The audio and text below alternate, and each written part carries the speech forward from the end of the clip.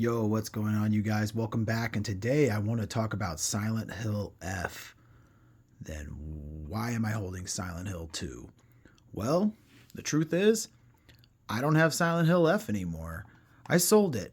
Not because I didn't like the game. I'm not one of those people who are like, man, this game sucks. This isn't Silent Hill, yada yada. Although I will admit I did have some similar feelings. I actually have a bit more of an interesting story than that.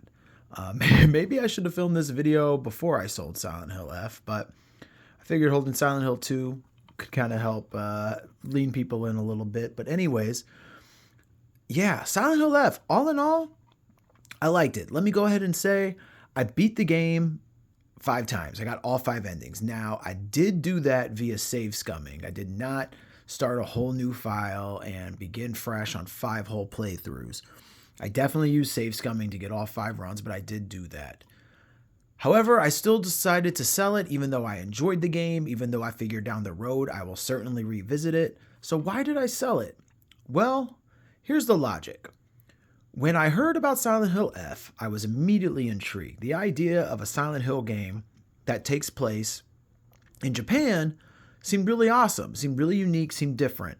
At first, I was a little closed-minded about it because the Midwestern American town through the eyes of a Japanese person is really, in my opinion, one of the key factors that makes Silent Hill such a special series. Once they started trying to make Silent Hill games by American developers, the spirit of the whole franchise really shifted. So trying to take it to Japan was a little concerning to me, but ultimately, I was really happy with what they did. So I knew I was going to get the game, and I'm the type of guy that if a game's coming out, especially for a series that hasn't been around in a long time, I'm going to try to buy it brand new because I want the developer to get as much support from me as they can, and I want to support the idea of more of this, please. For example, Silent Hill 2, I bought this brand new. I'm the type of gamer that does enjoy remakes. I know that can be a little bit of a hot take these days, but I love a good remake. I also was excited to see Silent Hill come back, and Silent Hill 2, the original, is one of my all-time favorite games. Top 10, maybe top 5, for sure. So when they announced this one, I was all in. And when they announced Silent Hill F, and they explained how it was going to be a real Silent Hill game, not like The Message, I was all in for that too. So I bought it brand new. But what really sealed the deal is I went into a GameStop, which actually isn't a store that I frequent all that often, truth be told. But I went inside the GameStop, and I noticed that, if you pre-order this game, you get a steelbook. So I said, oh, cool. Man, I'll take a free steelbook. I was going to buy the game anyway. I looked at the steelbook, and immediately, I wasn't the biggest fan. Now, it is a really cool image. If you know, you know. Google it if you're not sure, but it is a really cool image, and it's obvious, and it's definitely like a really cool part of the game. But it's a little grotesque for me. It's not necessarily something I'm going to display or something I really want on my shelf. It's just not quite my style.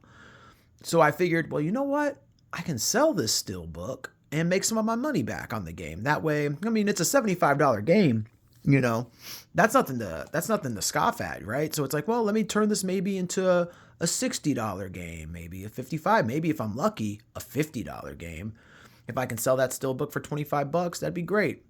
I frequent a lot of swap meets in my area. I live in Minnesota. So I could even use it as a trade or something to get the price down on a game that I really want. I'm always trying to think of ways to save money. And so that was my intention. I was like, I'll get it. If I like it, I'll keep it. No problem. Because it also released 4 days after my birthday. So Silent Hill F was my birthday gift to me. But I got the steelbook, and ultimately, yeah, I felt the way I felt. I thought, it's just a little too grotesque. It kind of gives me the heebie-jeebies. I don't think this is something I want to keep. So I decided to sell it, and little did I know, there was a huge shortage on these things.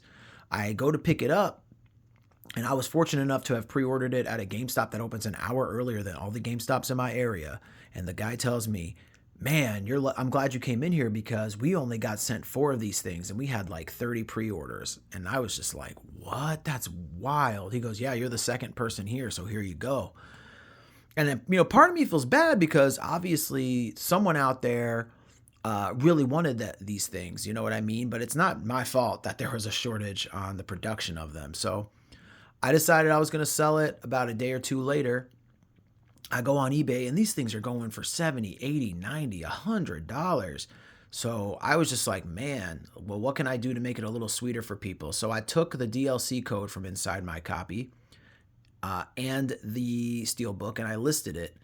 After eBay's cut and everything and all was said and done, it sold instantly, by the way. I listed it for about 120 and it sold immediately. I mean, it within minutes. It was like not even 2 minutes later, I think, and it was sold.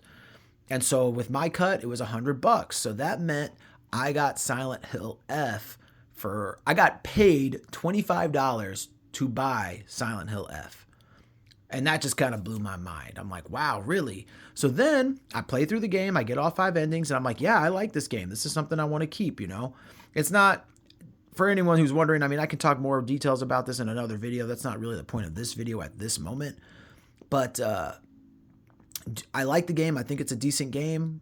I don't think it's the best Silent Hill game, but it's a good game for the most part. I mean, it's certainly got its problems, but I'm a good fan. I'm a big fan of some decent jank in games. I mean, survival horror is my favorite genre of video game. If you like survival horror games, then you got to be willing to enjoy and indulge yourself in some jankiness and just some, you know, weird mechanics and stuff like that. You got to be open-minded to that sort of thing. And so certainly I was able to entertain that. So there's that. But anyways, I beat the game and then I'm just sitting there with it and I'm putting it on the shelf. I'm putting it in my backlog. Well, not the backlog, it's beaten. I'm putting it on my beaten shelf area. And I pause and I'm like, you know, because I'm also in a position right now where I'm trying to get some money together to invest into some other stuff. Like we need to get a better modem for the house, for example. And I'm looking at this game and I'm like, you know, the resale value on this game is not going to be higher than it is right now for a while. Now, if it's going to follow the trend like every Silent Hill game. At some point, someday, Silent Hill F will be worth a decent chunk of change. But that's going to be years upon years from now. And in the meantime, it's only going to go down in price. So I thought, man, you know what? I just need to sell this now. So I listed it on Facebook Marketplace for $50. Sure enough, same day I got hit up by a guy, he bought it the very next day. So all in all, I got paid $75 to play and get all the endings of Silent Hill F. And that was a really cool feeling. That's the first time I've ever done anything like that. And I thought, man, that's pretty neat. But my plan is ultimately when the game goes down to like $20 or so, I'll pick it up again and put it back into the collection because I definitely liked it enough to keep it, for sure. It left an impression on me. I just kept coming back. I didn't force myself to do all 5 playthroughs. I wanted to.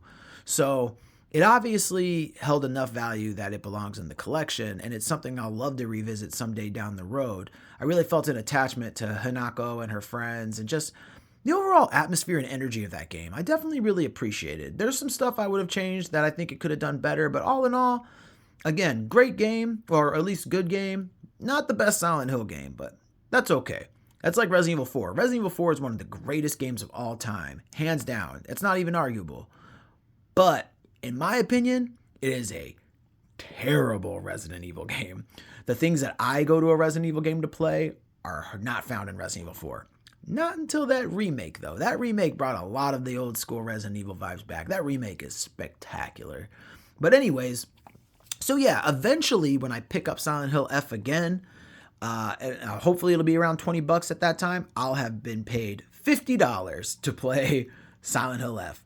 And I just thought that was a pretty fun, cool story. I thought I'd share it with you guys.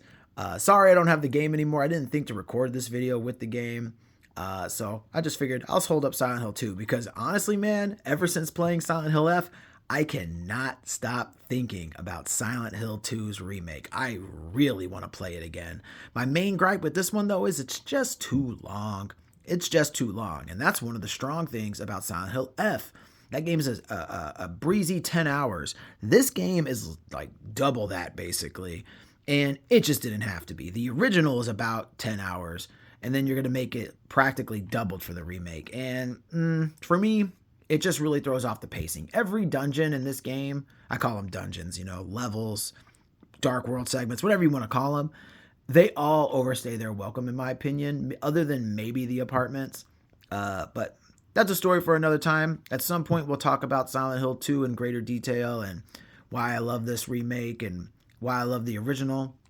and we'll dig into that. But for now, I just really wanted to share that silly story about Silent Hill F, how I got paid $75 to play and beat completely all 5 endings of Silent Hill F.